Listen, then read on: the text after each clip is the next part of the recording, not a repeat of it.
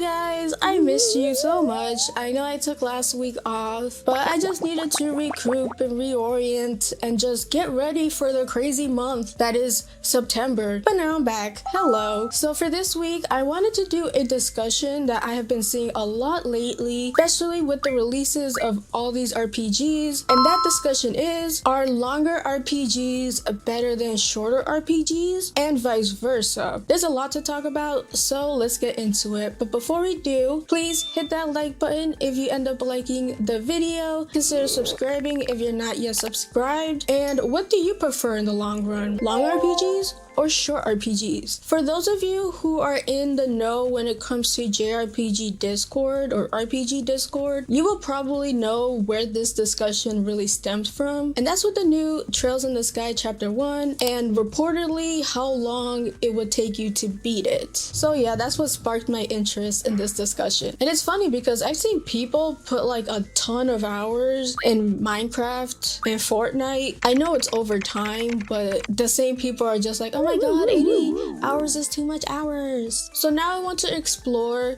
the pros and cons for long RPGs and then the pros and cons for short RPGs, and then say which one I think is the best, question mark. So when I say long RPGs, I mean the games that are 60 to 100 hours. When I say short RPGs, I'm meaning like 25 to 50 hours. First, we're gonna go over the pros of long RPGs. With longer RPGs, you get a deeper world to explore thanks to, the allotted time that you really can't tackle in a shorter JRPG. The developers can include a lot of side stories, not just the main story. For example, the Persona social link system. If it wasn't for that, I wouldn't know a lot of key details of my own party members. And while some people might say, oh, that's just padding or it's just side content, it's not. It's crucial stuff to understanding the overall story. However, though, the biggest benefit of having a long RPG is the fact that there is a sense of value and great emotional payoff if you play the game all the way through. Like, this point is important because if you ever played a game and you're at the end and you feel all your feels, it wouldn't be the same if they took away different aspects of your journey along the way. There's a lot of build-up and a lot of payoff, and it really makes you feel like you're going on this grand journey. And if the JRPG or RPG is actually good, you should be having fun and not really worrying about the hours. Some games I'm playing and I'm having a great time, I don't even think about the hours, and then when I go look, I'm surprised to see I spent like over 200 hours in the game. If you're really enjoying the game, you really don't care about the hours. And also, you get a lot of value for what you buy because you're spending a lot of time with this game. You're not really thinking of buying other games, so it's a real benefit, especially when full price games are now $60, $70, and $80. JRPGs provide dozens of hours of story and gameplay, often costing less per hour of entertainment than a shorter game. Now, I don't really want to go over the how many hours of entertainment you get from a game and how that equates to more value because it's really mathematical, so I'm not really touching that. But you do get more bang for your buck when it comes to longer games, if you like the game. Another good benefit is that the length of the game gets you more immersed into the story, and when you reach those climactic points, they just hit different because you've been playing this game for so long and you just get attached to the whole world. And it really does make the climax or twist of the story more impactful. Not saying that short JRPGs and RPGs don't do that, they obviously do, but in a different way. But what I'm trying to say is the longer you're in this world, the more attached you get to it. And plus, there's a very nice sense of progression and mastering the gameplay. Consider Bravely Default. The game is meant for you to really maximize the different classes, and if the game was short, it would be hard to experiment with all the different things. So while yes, you could grind and do that in shorter RPGs, the depth and experimentation would be kind of wasted. So I talked about the pros, now time to talk about the cons. When does length become too much? Hey yo! Long RPGs do face significant challenges. The biggest one I could think of is the risk of padding. Not all hours are equal actually meaningful. Y'all know what I mean when you take on a side quest that's literally bring me some eggs. Like, does that have anything to do with the story? Probably not. But longer RPGs tend to have a lot of meaningless side quests. And if it's not done correctly, you could risk having the pacing of the game come to a complete halt. Because you gotta beat the big demon, but you're too busy trying out new recipes. I'm looking at you, Breath of the Wild. And doing these side quests or padding missions can make it feel really boring and mindless. I like my side quests to be at least somewhat tied to the quest at hand, not just doing groceries. Long RPGs often struggle to maintain pacing, filling time with repetitive dungeons, fetch quests, or grinding. On the top of my head, a good example of this is Skyrim. Some people don't even know what the main quest is in that game because they're just too busy doing side quests. But that being said, the story loses focus for too long. And a more practical con is a lot of people have stuff to do in their real life, especially if you're an adult or in college or have kids or are married or all three. It could be a lot to really sink your teeth into a longer RPG. So I perfectly understand that struggle well. I don't have kids nor a spouse, but I still have adulting things to do. And then you might be wondering, hey Mandy, you've played a lot of long RPGs, how do you do it? But I just have an allotted time when it comes to my gaming time, and I just take my time. You don't need to beat these games in a timely manner. You could take months if need be. So really pick and choose what game respects your time. So overall,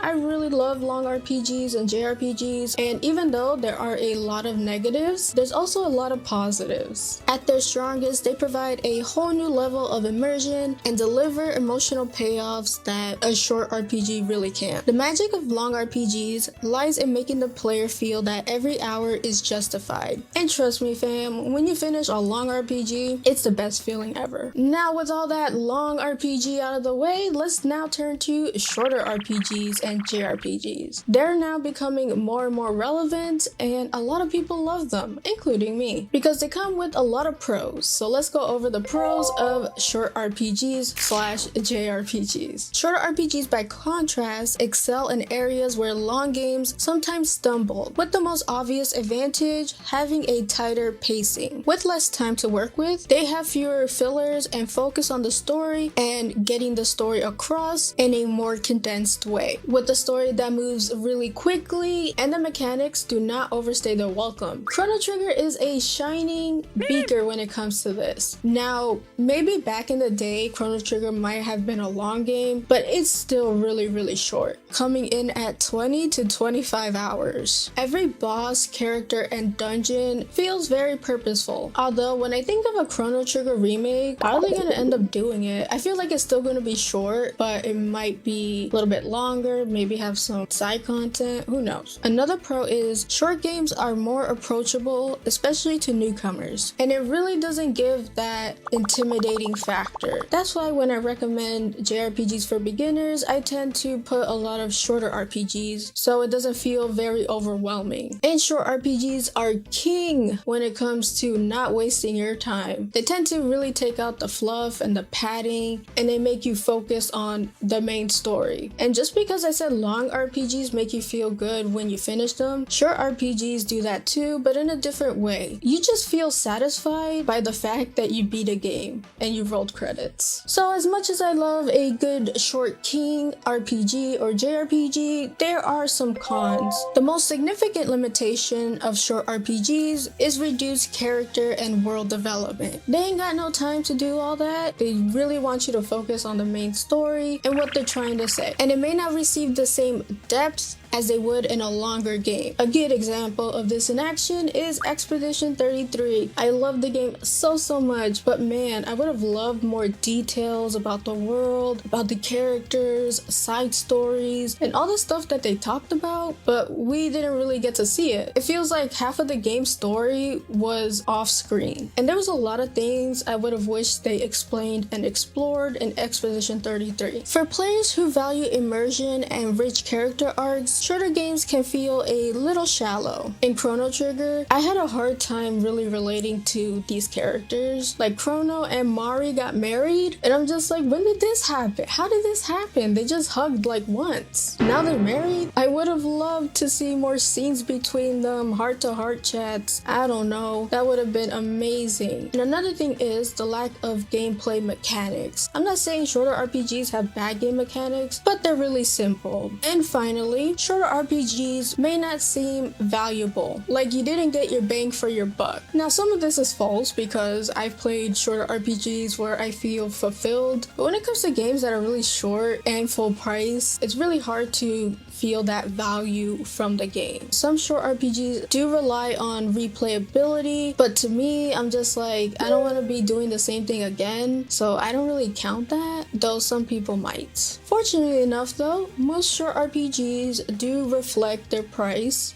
Expedition 33 came out to $50. Chrono Trigger is cheap. I don't know how it was back then when it came out, but right now it's pretty cheap. So sometimes the price reflects the length of the game. And I'm in the camp that says if your game is shorter than 50 hours, do not price it full price. Because even though the story is nice and finely crafted, it will still leave a sour taste in your mouth knowing you paid like $60 or $70 for it. Now time to wrap about on short games and giving you my overall thoughts. Short RPGs thrive when they embrace focus, efficiency, and replayability. Shorter RPGs are less intimidating and easy to finish, and they're more likely to leave the player satisfied rather than exhausted, but do run the risk of not expanding characters and story. Could be a bad thing, especially if you're into that. Personally speaking, I love both styles of JRPG lengths. I really enjoy a nice long cozy adventure, but you know, sometimes it might get a little bit overwhelming, so I'll play something shorter. I feel like both styles are needed, and while yeah, some of them might have cons that you might not like, somebody might like them, and vice versa. That's just my thoughts on it. Please tell me yours in the comments down below.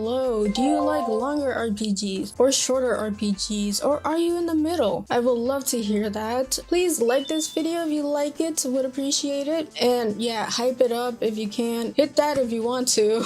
If you enjoy my content and would love to see more, then please subscribe. I am really trying to get to 10K by the end of the year, and I really hope I could do it. So without further ado, I hope you guys have a beautiful rest of your day, and as always, play a good game. Peace, peace.